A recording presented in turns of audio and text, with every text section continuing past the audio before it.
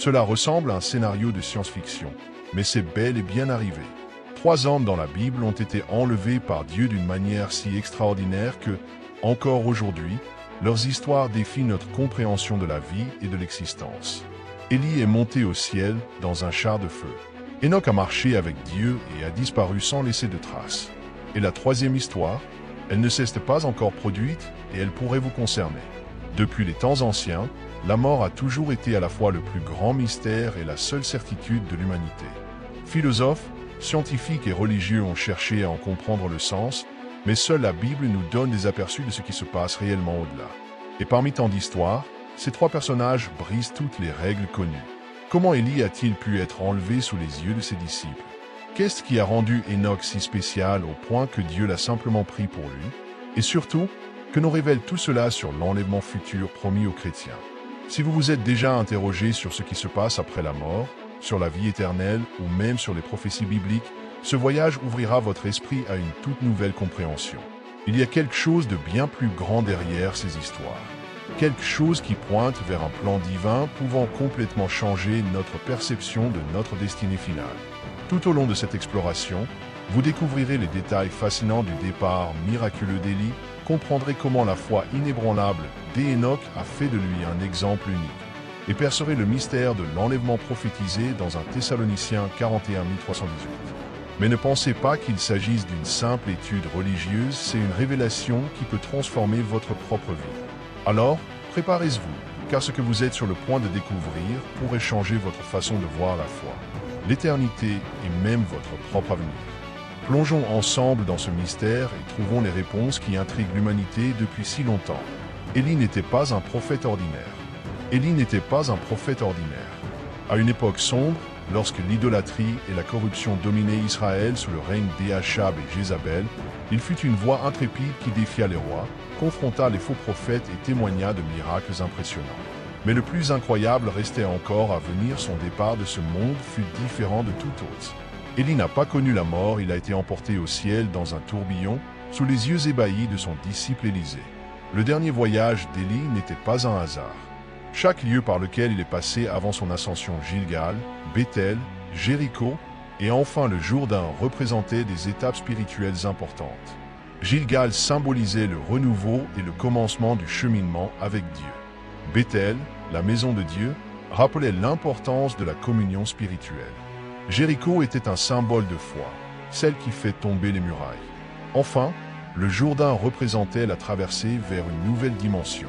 Rien dans son parcours n'était laissé au hasard. Lorsqu'Élie et Élisée arrivèrent aux rives du Jourdain, un événement extraordinaire se produisit.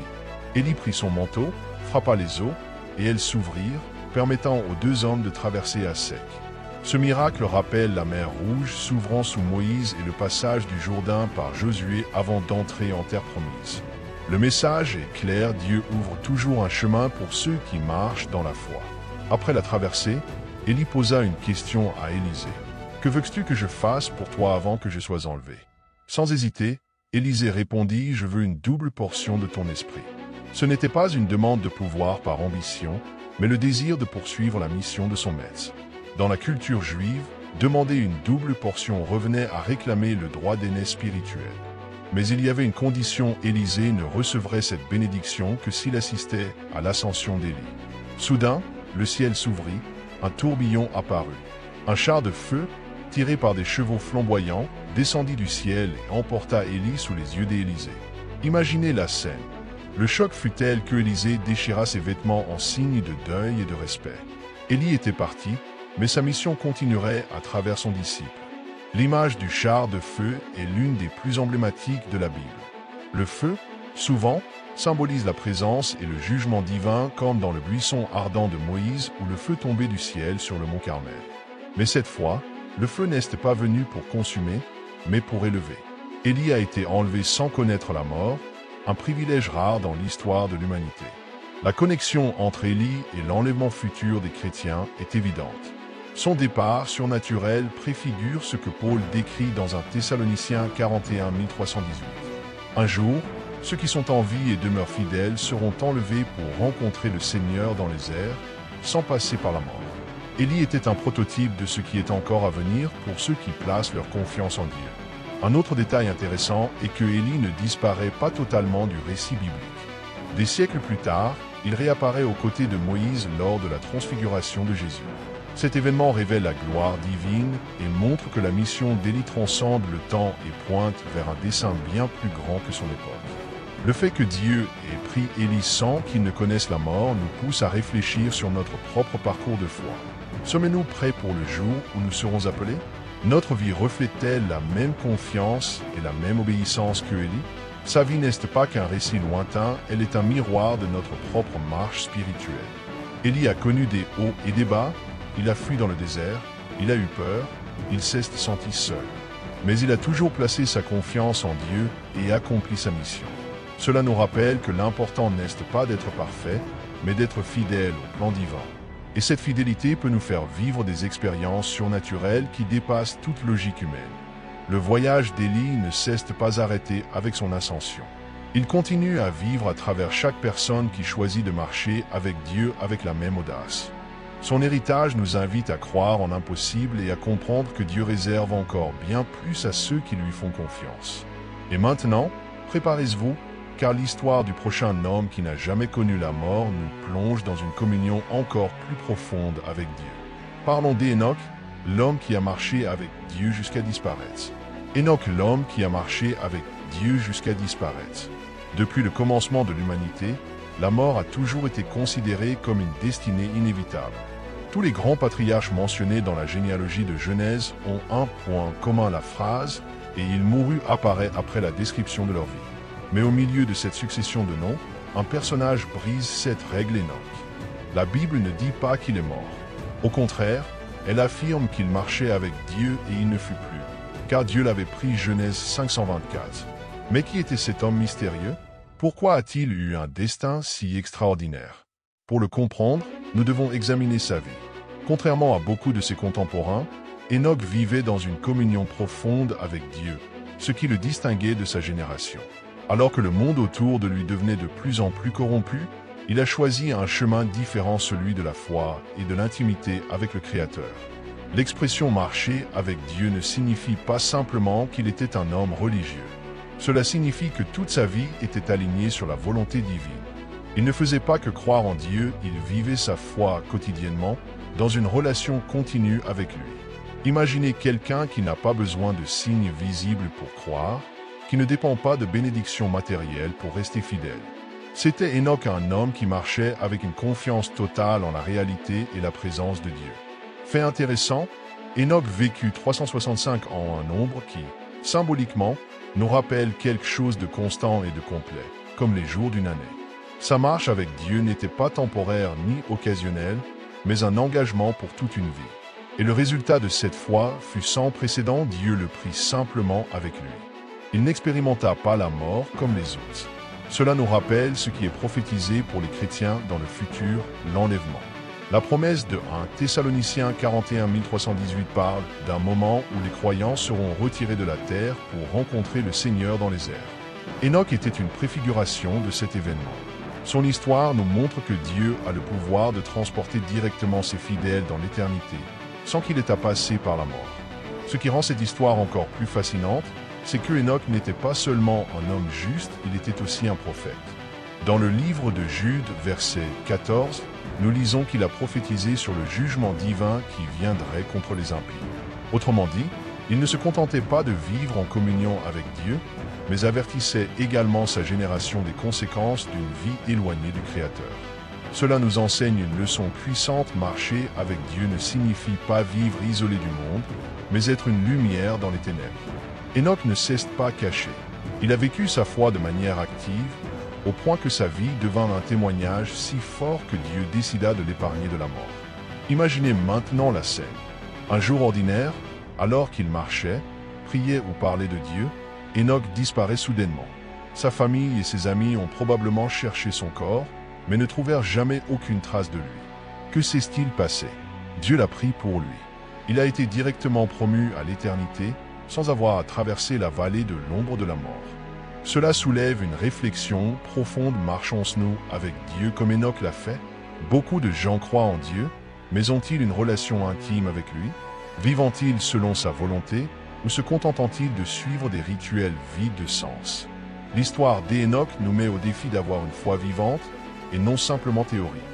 Et le plus impressionnant, la Bible nous enseigne que Dieu est le même hier, aujourd'hui et éternellement.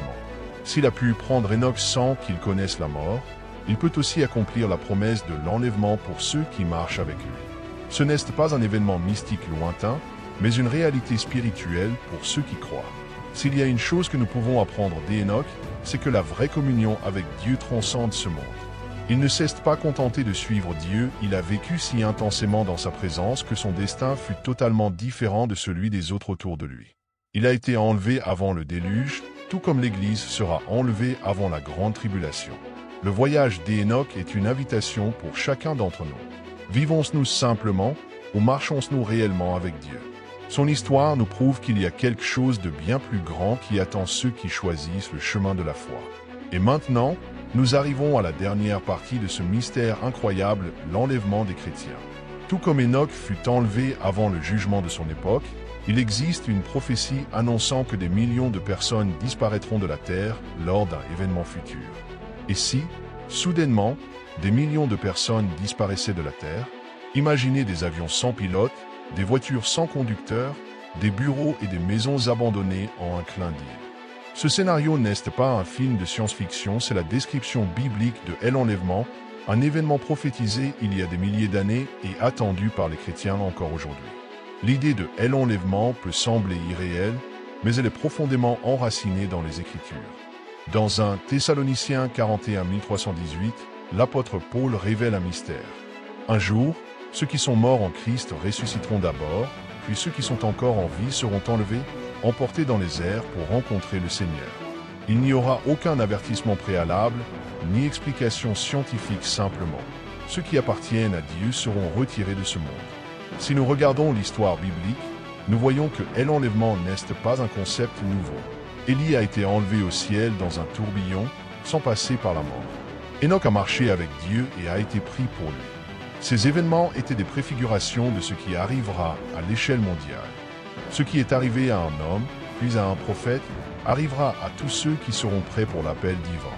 Maintenant que vous connaissez le mystère des 3 hommes qui n'ont jamais connu la mort, une seule question demeure: que ferez-vous de cette révélation?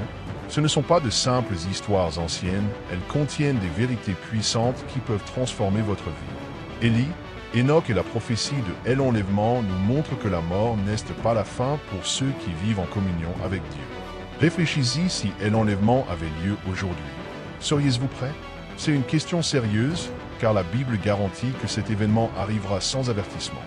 Beaucoup vivent comme si l'éternité était un problème pour leur moi du futur. Mais si le futur arrivait maintenant, Élie et Hénoch n'ont pas été enlevés par hasard.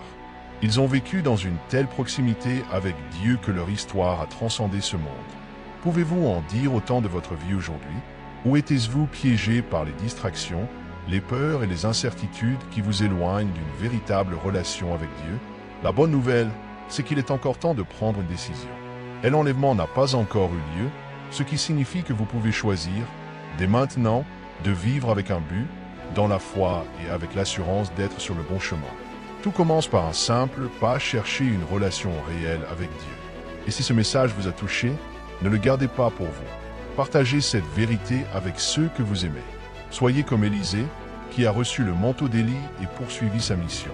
Si nous savons qu'un événement aussi grandiose est sur le point de se produire, nous devons alerter les autres et vivre chaque jour comme si c'était le dernier. Maintenant, dites-moi, croyez-vous en l'enlèvement? Vous sentez-vous prêt? Laissez votre commentaire et partagez cette vidéo avec d'autres pour qu'ils puissent, eux aussi, découvrir cette révélation incroyable. Et avant de partir, abonnez-vous à la chaîne, activez les notifications, laissez un like pour recevoir plus de contenu comme celui-ci. Ici, nous apportons toujours des vérités profondes qui peuvent changer votre perception de la vie et de l'éternité. On se retrouve dans la prochaine vidéo. Soyez toujours prêts pour ce que Dieu a préparé.